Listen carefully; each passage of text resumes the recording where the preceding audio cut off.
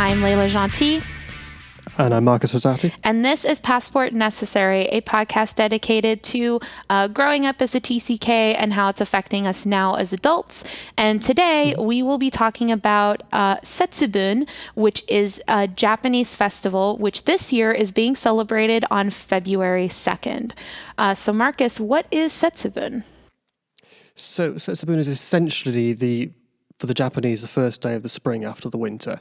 So what happens is that you want to bring in good luck for the new springtime and then get rid of all the bad demons and things like that might affect you through the year. So the general idea is that one thing that you can use to help you to make sure that you will bring in good luck is to be using soybeans that are roasted.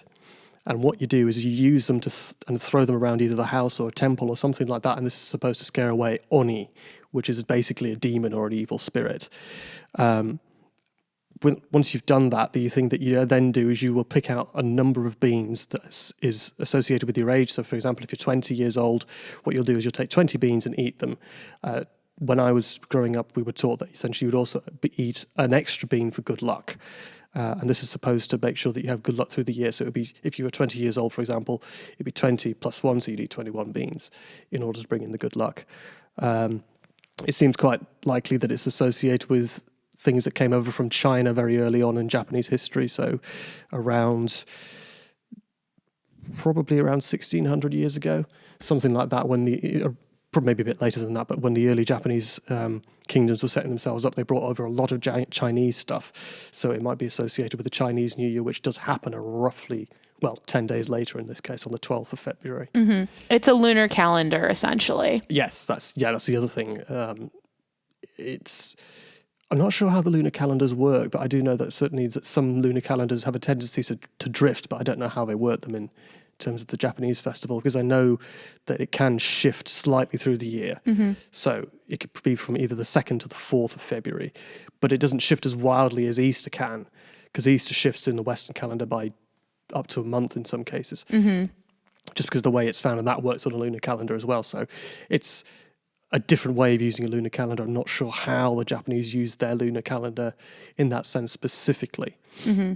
It's not that they tend to work that way, generally speaking, because they still do use sort of what we might term a Western calendar or the Gregorian calendar. But it is pretty much the same time every year in Japan, and it was always in February, without fail. Yeah, I think it's based on a lunar calendar, but it was when I was looking it up and doing research into it, it said that it was based on an old Japanese calendar, which is a little bit more specific, I think. Whereas if you're going based on a pure lunar calendar, it shifts so wildly because you're literally following the moon, and because the moon is changing constantly, the length it varies. It's not set like we have our monthly count, like our Gregorian calendar is pretty much set. Except for February, because every 4 years we'll have a fun extra day. Ooh. So they're still shifting. We think of the calendar as being so set, but it really does kind of shift a little bit. I digress. Yes. The thing that I think is so fun and that I like so much about Setsubun is that it's a very physical way of embodying getting rid of bad luck and bad energy in your life, and just kind of pushing it out and saying, we're starting fresh, we're getting rid of all of this, and we're going to have a brand new year. Like, there's something that I find is very socially refreshing about something like that, to have a physical embodiment of all this bad stuff is gone, we're bringing in good stuff. Yeah, you can almost, in a sense, physically bring it in, and you can physically remove bad luck. You can bring in good luck and stuff like that.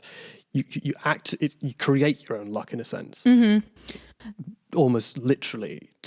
In this sort of festival, it's a really interesting idea that it gives you a sense of control, I suppose, over your life in the next year as well. That you've done something to actually make things better, which is nice, especially if it works within a community and stuff like that as well. Because this is one of the festivals that you can find all over Japan without a problem. It happens every year. It's very big. Yeah, it's like Hanami, and then like start of the school year, all those different things. Like, there are certain festivals that really are celebrated all over Japan, unlike smaller festivals that happen only in certain communities. It might be in a certain city. This is one that no matter what in Japan, you will find Setsubun celebrations.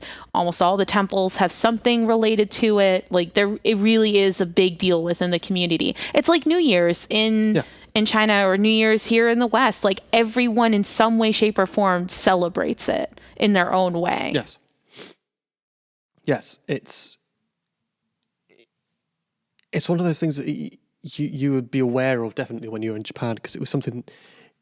I suppose in a sense it's kind of almost the sort of like European equivalent of Easter, sort of like trying to bring in or trying to bring in the spring and celebrating the start of that sort of process. It's the same sort of thing. You know when Easter is happening. Mm-hmm. So you know when Setsubun's going to happen. It's the same sort of thing. Mm-hmm. Because of what it is. Yeah, I think the thing that's kind of interesting is that Setsubun, literally, the term Setsubun means seasonal division. So it's the divide between winter and spring.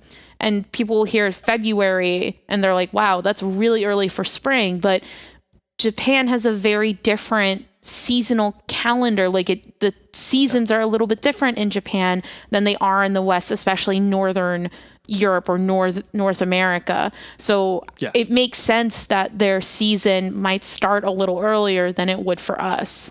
Because definitely certain the areas I was living in Japan, you'd expect things to start getting warm by March. Mm-hmm. By that time, you're looking at things being warmer, not really warm, but warmer. Mm-hmm. Whereas in somewhere like Britain, you'd be kind of expecting sort of like thinking, April time, that's roughly when spring's really in full sway. Mm-hmm. That's sort of the thing that you're looking at in that sort of sense. Yeah. There's, I know people from sort of like Central Europe and stuff like that, and they're just going to go, spring doesn't start until May, because there's still snow on the ground in April. Yeah, no, exactly. It's that cold. Yeah, it really does depend on what the seasonality is of your country. So it makes sense that in Japan, their spring is a little earlier. So that's what it is. There are certain things with throwing of the soybeans that are pretty specific. There are certain words that you have to say. So regardless of whether it's in a temple in your home, this is most likely when you would be saying this in your home. When you throw the soybeans out of your house, you're chasing the demons away, which as you stated, in Japan, they're called oni. They're very famously, like if people think of the Japanese demons, they'll think, horns, red face, teeth. It's kind of a well-known image. And what you're supposed to say is, oni wa soto, fuku wa uchi. And as you're throwing the beans out. And that translates to, if I can find it, demons out, good fortune in. Mm-hmm. So you're literally telling the demons, we're telling you to go, and we only want good luck to come into the house. So I think that's fun. I think that's a great thing to learn. And then this is the one thing I couldn't find, and I guess I maybe from if you've had experience with it, are you supposed to eat the beans that you've thrown out of the house, like you clean them and then you eat them, or is it brand new beans that you're eating? I was always given brand new ones. Okay. I think it's probably, there might be a tradition that you do eat. I mean, it says in some of my research that you do take up beans that you've thrown and then eat them. But I think, just generally speaking these days, that's considered unhygienic for good reason. Yeah. You're not really going to be wanting to eat beans off the road. Yeah, no, I wouldn't want to. I was just curious. So I don't think, no, I was never asked to do that. So we just, you're just given new ones, which I think is sensible.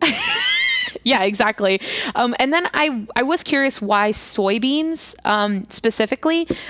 So I was looking into it, and the word for bean in Japanese is mame, which is a combination of the sounds of ma, which means devil, and mesuru, which is perish or disappear. So the devil perish. So the idea of a bean, mame, is like you're banishing or disappearing the demons, which I thought was a really interesting way of looking at it. I was like, oh, that's why. Like, that's the thing that's really interesting with Japanese, is because there are so many kanji that have similar sounds. That's where you get a lot of Japanese wordplay, is that the sounds are similar, but when you look at the actual kanji, they're different.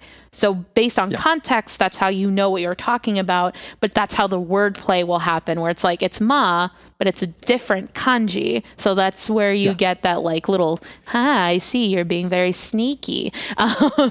So I thought that was really cool. I was like, why the soybean of all things? And that's why. It's because they perish the devils. That's quite cool, that. I like that. Right? I thought that was really neat. I thought that was an interesting one. And then there's another tradition, which I thoroughly enjoy, me being very much in love with food. One of the things you're supposed to do for Setsubun is you're supposed to eat what is called an ehomaki, which is a sushi roll. It is a foot-long sushi roll, which is filled with 7 different ingredients, which represent 7 gods of happiness. Those ingredients can shift. They don't always have to be the same, but you do have to have those 7 ingredients. And another thing, there's 2 more things with it. One, when you eat it, you're supposed to eat it not all at once, because that would be impossible. But you would eat the foot-long sushi without cutting it, because the idea was if you were to cut the sushi roll, then you are cutting your good luck. So you're supposed to like eat it. You bite it with your teeth, but you're not cutting it with a knife. And then the other thing is you're supposed to eat the sushi roll while facing the lucky direction of that year. I tried finding what the lucky direction is for 2021, and I can't find it. I don't know how you would find out what the lucky direction is, but I don't know what it is. I want to know what it is. No, I don't know either. Sadly. I did find that last year, 2021, was west southwest or southwest south. I think it's west southwest. That sounds more correct. Oh God, it's all falling apart. So I think west southwest is supposed to have been the direction that was lucky last year. So this year you're supposed to face the direction that's lucky and silently. This sounds like a cult. Like, as I'm describing it, I'm like, this sounds a little cultish, but it brings in luck. So who cares? It's no different to the Eucharist, is it? Well, I mean, they do that in the Catholic Church and in other places. That's true. Everybody says, we'll just accept it. Just do it. So yeah, you eat the ehomaki sushi in the lucky direction. It's supposed to be in silence without cutting it, and that's supposed to bring luck into the new year. Very often the roll contains like this egg. It's like a cooked egg. It's a little on the sweeter side. It usually has cucumbers in it, some sort of fishy element, a radish. It might have like fish roe in it. So there's a lot of elements, but it looks like something that's really delicious. Like, bar the fact that it is supposed to be lucky and a tradition, it looks so good. I really, really want to have some. I don't think I had it when I lived in Japan. I don't think I ever did either. This is one of those sort of funny festivals that, I kind of like, because I went back to Japan last year in 2020, just before everything kicked off. I was lucky. And it was one of the things I missed Setsubun on. It was one of the things I would like to go back for Setsubun. I'm not sure why. It just has a sort of strange sort of point in my mindset. Just like that, it feels quintessentially Japanese. I think that's the thing, is it feels very Japanese. It feels like a very specific thing that they do. And they have festivals where they do performances and stuff like that. You can go and see the, people banishing demons and all that sort of stuff. So people would dress up in the demon masks and all that sort of stuff, and then they would be chased away and all that sort of thing. It's like it's a big event. You could see quite a lot of stuff. And because it comes from sort of animist traditions, you do have a lot of very specific kinds of things to do with Shintoism that you wouldn't see in other places. It's kind of religion in action almost. It's how this kind of religion works. It's how Japanese people, how many of them do they actually believe what's going on? Is that you ask people, do you believe in the Easter Bunny? Probably most people don't, but they still do Easter.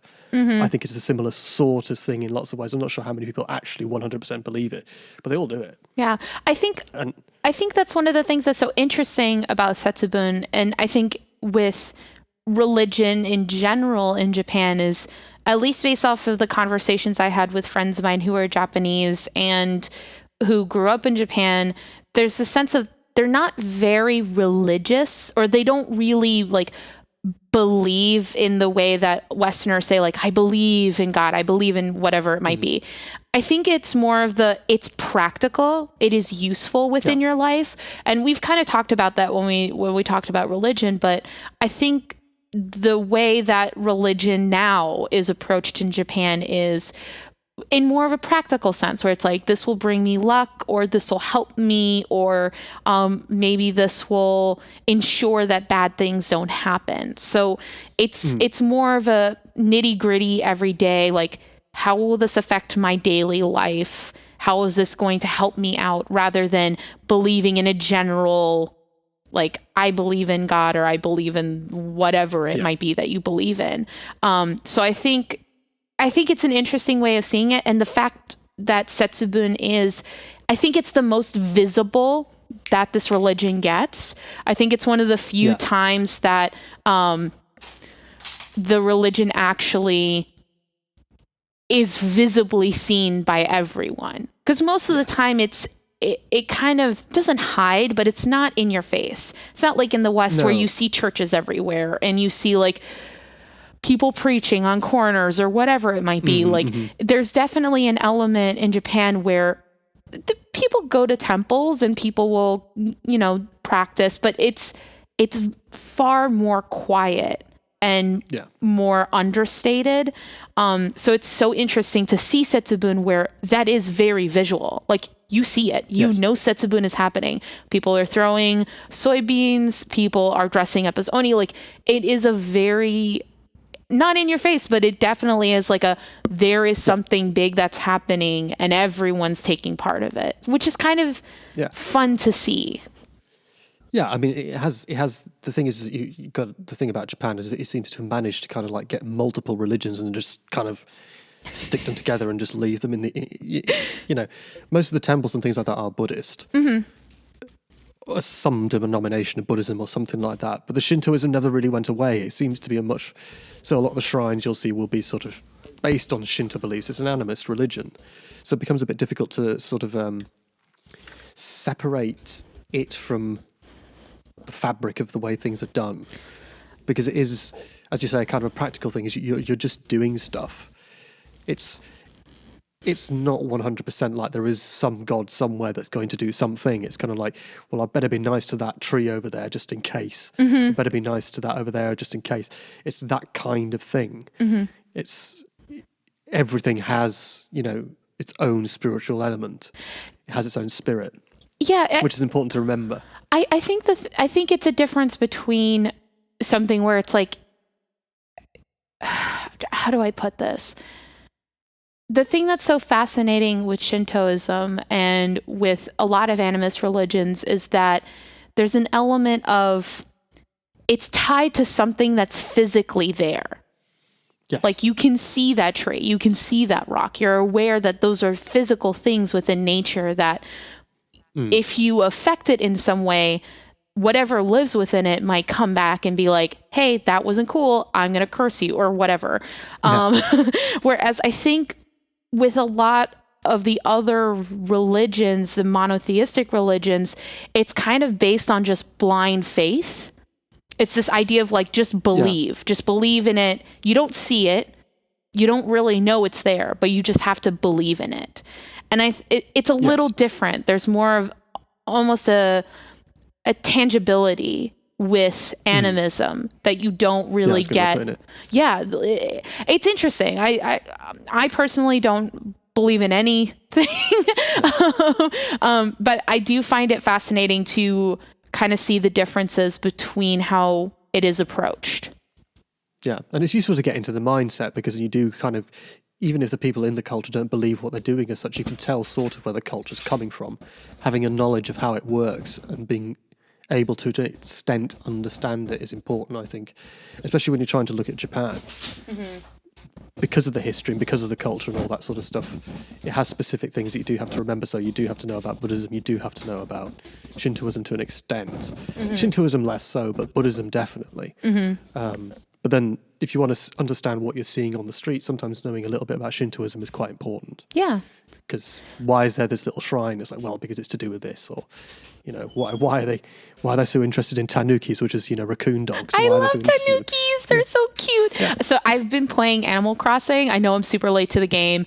I know, I'm aware. But I've been playing Animal Crossing, and one of the characters is three of the characters are based on tanuki, and I forgot how much I love them until I started playing the game, and I was just like, I forgot tanukis are so cute. And so every time I play the game, I'm just like, yes, you're a little like Japanese animal, but also you're kind of a trickster god. I love you. Yeah. Actually, I have another slightly what we might consider odd tradition that does happen for Setsubun, which is called Hiragi Iwashi, which is holly sprig and sardines. This this has to do again with getting rid of oni, of getting rid of demons. Mm-hmm. So this is an old tradition. Its roots date back to the Heian period, which is about 1,000 years ago. Mm-hmm. And this tradition is really mostly followed in the Kanto and Nara regions. So it's not everywhere in Japan, whereas the soybeans really, like, everyone does it.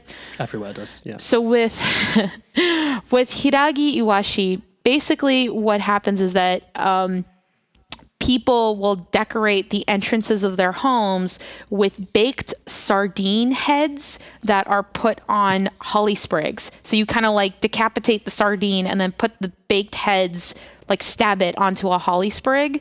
And then you would tie it outside of the entrance of a home. And this is supposed to drive the oni away because apparently the oni don't like smelly fish, and they're afraid of sharp leaves, which the holly sprig has. And apparently the holly sprig could like poke out their eyeballs because it's a sharp leaf.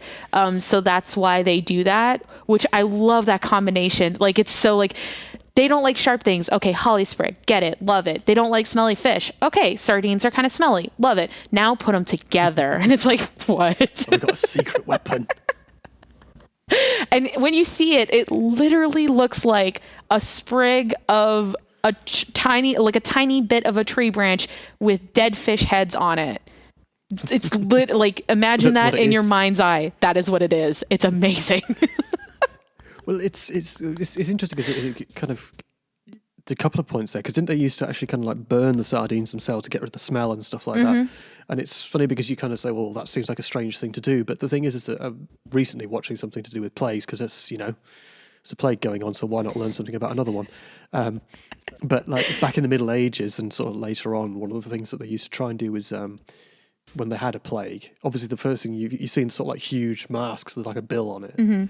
They would stuff those with flowers because they thought that basically what was happening is that the disease was caused by a miasma or an evil smell. So if you smell sweet things, that's supposed to be a good thing to protect you. But the other thing they used to use was fumigation. And they would burn really foul-smelling stuff sometimes. And sometimes they would use gunpowder, they would use vinegar, they would use all sorts of stuff. And these bad smells and stuff like that were supposed to counteract any bad spirits or disease that was coming through. So in Europe, they were using the same sorts of techniques right up until at least the 1600s. Because they believed that this would work. So the Japanese thing of like doing that sort of stuff is not actually that outlandish. It's pretty much what people have believed all over the place for a long time. So if you can take people in England and people in Japan, and they're both sort of doing similar things in order to get rid of bad stuff, it's interesting because it kind of, we seem to think that this is something important, and we think that demons behave in a way that we behave. We don't want sharp objects coming towards us. We don't want bad smells coming towards us. So they do these sorts of things. And the other one about spirits in Japan is there is an idea that evil spirits can't move, they can't bend or curve their direction. They have to move in a straight line. Yes, I've heard that one. Like they see the curtains across the doors of the house. It's to prevent the bad spirit from getting through, but they'll also have curving paths up to the house as well to prevent demons and spirits getting in. There's a lot of this stuff that goes on in terms of just designs of houses and decor, in a sense. It's just so interesting. It's common. There's so many interesting ways of like how we used to try and keep bad things from happening to us. I just find that so fascinating. But just hopping back really quickly to the Hiragi Iwashi, because I like you said, it's foul smelling and it's a little sharp. So like, what do you do when it's no longer Setsubun with your stinky sprig of holly? Apparently, some people keep them on their door for the entire year to keep the oni away all year long. Some other people, what they'll do is they'll perform special rituals so that they can take it down and like cast away the like negative energy that it's banishing is how I'm understanding it. So there's either they will burn those sprigs of holly and sardine at a shrine. So again, burning. So they still kept that in a way. Or another way that you could do it is to wrap the sprig in Japanese writing paper and then purifying it with salt. And once that's done, you can throw it away. And actually, that's so interesting because salt is used in a lot of cultures as a purifying element, just like fire is, water is. There's something about salt and the fact that it's seen as very clean and white and has like this element of preservation that keeps it as a purifying element. So actually, salt is used in quite a few animist religions and how they choose to purify and cleanse things. There's even like within modern times, we've heard like in so many TV shows, how often do you see the characters taking out salt and saying like, I'm using the ring of salt to protect myself? Yeah, that comes from an animist belief that salt is a way of purifying and protecting yourself. Well, this is one of those funny ones. If you ever see sort of like sumo wrestlers before they start, they actually will cover the floor with salt before they do anything. It's every single fight. It always starts off with them throwing salt on the floor. And you'd also see, in Japan, you'd have like pillars of salt next to the doors, all sorts of stuff. Salt's really important in that sort of sense. And they still do it. I don't know whether they actually believe it or not, but they still do it. It's still there. It's right within sort of like the fabric of what people do. Yeah, I think what's so fascinating about Setsubun is that it is a tradition that is living alongside a modern world. So even if people aren't fully believing, yes, I'm getting rid of demons from my home and I'm bringing in good luck into the year, maybe they don't believe it, maybe they do. But the fact that they're still practicing it within a modern world because it has all of this meaning behind it and it has a history, I think is so fascinating because they could just be like, well, this is old fashioned. We're not going to do it anymore. But there's this idea of preserving the old because of the meaning that it inherently carries. Yeah, I mean, it's how our society holds itself together in a sense. Is we do these things because they are part of our traditions, they're part of our culture. You don't have to believe everything that happens within it, but you do it because it's like, why do Westerners eat with a knife and fork? It's part of the culture. It's part of the tradition. You don't have to do that. Why in Britain do we eat with the fork in the left and the knife in the right? You don't have to do that. We just do it. And that's considered a part of the tradition and the culture of eating and that sort of stuff. So we do these things without even thinking about it. But when we see it in sort of like another culture, we go, oh, that's strange. I haven't seen that before. Oh, look how traditional they are. It's like, that's exactly what they think of you, though. Yeah, exactly. The same could be said. Like people in Japan could probably look at some of our traditions like Halloween or Easter and be like, what are you doing? Like, that makes no sense. It's like, well, it makes sense within the history of this culture because we have all of this background information. Yeah. It's nice because Setsubun is one of those ones that you can really, as you said before, you can really see it. It's sort of, it's kind of vaguely magical. I've always been quite interested in it in a strange way. I don't know why. It captures your imagination because it feels specifically Japanese. I think that's the thing. And that's probably why they keep doing it, is because, we can say definitely that this is something that we do that is specific to us. And we can be proud of it. And why shouldn't you be? It's a nice festival. I think that's the thing, is it's a nice festival. Yeah. It's not got anything to do with anything strange, It's not like a national day which is about, your personal saint or something like that. It's to do with we're all coming together to try and make sure we have a good year. It's a positive thing. I think that's probably why it survives as well, is because it is so positive. It is about, coming together and making sure that everybody has a good time. Yeah. And has a good year in the years to come. Yeah, I think that would be one thing, if there's like a takeaway with this, is it is fascinating to learn. It is something that, is very uniquely Japanese. But I think with any culture is to remember that you may not know all of the context, but you should at least respect it. Even if it's not something that you fully understand, or it may be out of your comfort zone, to at least accept, like, maybe I don't know everything about it, but I should respect the culture because there is a history behind it. Not to like blindly just say like, I accept everything you do, but to maybe look more into it, understand why does this happen? Why does it occur every year? What is the background on this, so that you can approach it with respect and understanding. Yeah, I mean, we need to be able to understand and respect it, because even within your own culture, if you don't know where something comes from, it's a bit pointless, isn't it, in a way? Like, it does help to know some history. It does help to know some religious stuff. It does help. And if you can learn that about other people and other people's cultures, you can't really expect somebody to respect you if you don't respect them. You can't go, well, my way of doing things is better. So why is it better? Well, because it's the way I do it. It's essentially the only thing that people can say. Because certainly from my experience coming to Britain, there have been occasions when people have been like, well, why are you doing that? It's a bit strange. I don't like it. Why don't you do the things the way we do them? It's like, because I didn't grow up here. You can't expect me to do what you do, because you are doing what you're doing because you know how to do it in this way, because that's the way you've been taught. But you probably don't know why you do it like that. Yeah, because you don't have the historical context. Yeah, it's fascinating. I love it. So that's Setsubun for today. We want to thank you for joining us and listening. It really means the world to us. If you have any questions, comments, anything that we maybe have missed about Setsubun, feel free to tweet at us. Our Twitter handle is Passport NECESS1.